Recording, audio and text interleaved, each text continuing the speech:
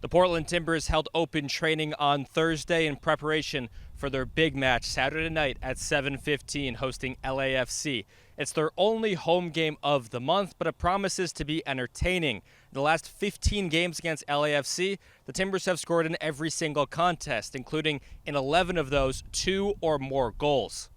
We're playing against a team that I think if you finish above them, I think you're going to win the Western Conference. I think they're probably one of the best sides in the Western Conference. So much experience and quality, and I think it's a night where we're going to need the supporters with us. We're going to need to make it intimidating. We're going to need to make it one of those special Providence Park nights. I feel with the atmosphere, they never let us down. And I'm sure on Saturday night they're looking forward to it. We're looking forward to it. We've got a fully fit squad. LAFC played the same formation that Sporting Kansas City do, but it's a very different challenge. Of course, Denny Bouanga, a reigning Golden Boot winner in MLS, has 55 goal contributions in 2023 and 24 combined. Just like I think they'll respect our wingers, we've got to respect someone that's been a major player in this league. I think the reason that LAFC have had their success is probably a large part down to him. He can turn a game. He does what DPs does. He wins games and trophies and gets them deep into competitions with his quality and his assists and his goal scoring. So it's something that I felt we dealt with pretty well last year at home, and we're going to have to do well. We've got a young right back in Juan, who's played against him before, and this is a great test for us to see Juan against one of the best.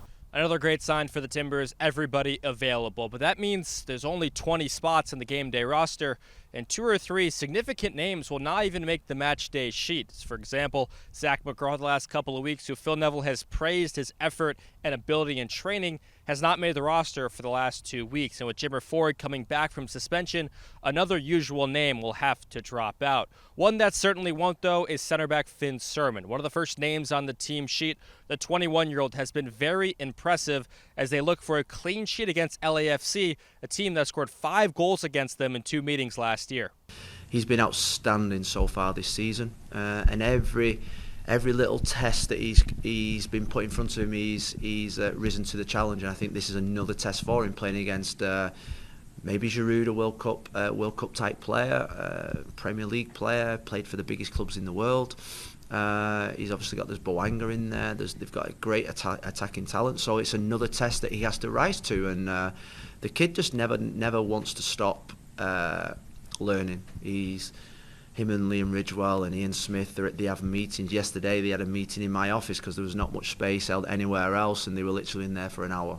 I always pride myself on being a fast learner and wanting to learn, and that's why I do the work with Ridgie and look at clips and that sort of stuff, and I like to go into detail about what we're doing, how we're defending, all that sort of stuff. So I think that's probably what I'm happy with at the moment, is that time and energy that we're putting into that is paying off a bit. We've had a couple clean sheets, which is good, and some decent defensive performances. In saying that, I'm aware we're only 8 games into the season, so want to keep it going for the rest of it. Likely to get the start again against LAFC is goalkeeper James Pantemis, who has been frankly incredible this year. He has the 3rd best save percentage in MLS, the first Timber to be in the top 10 in that category since Steve Clark finished 2nd in 2021.